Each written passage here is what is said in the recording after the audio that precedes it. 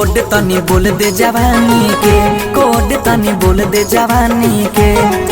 अरे कहियो ना भूला पाइब तोहर में हर बानी के, कोड तनी बोल दे जवानी के, कोड तनी बोल दे जवानी के। रे बोल दे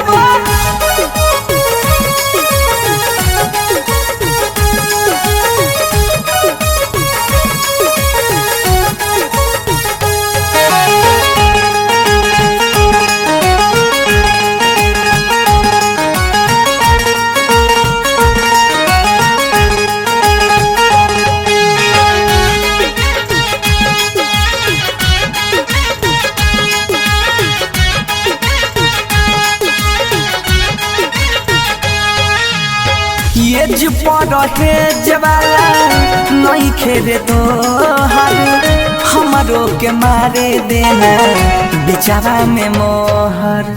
ये पर है जवाला नहीं खेरे तो हर हमारो के मारे देना बिचारा में मोहर, बिचारा में मोहर।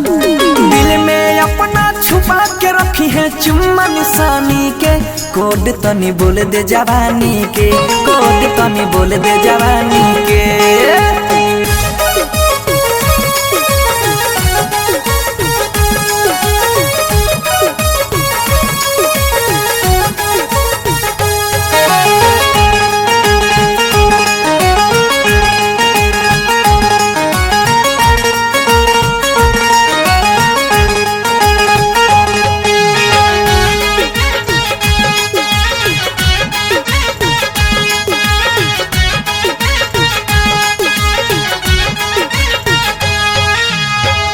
गईनी ना ड्यूटी आज रह गईनी घर रे, टच करी उंगली आज तोरा बंसी धर रे।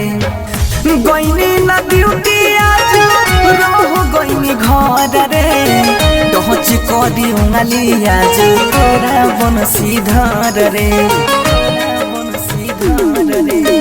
हमें भरते सुजित के ते बतिया मानी के, कोड तनी बोल दे जवानी के, कोड तनी बोल दे जवानी के।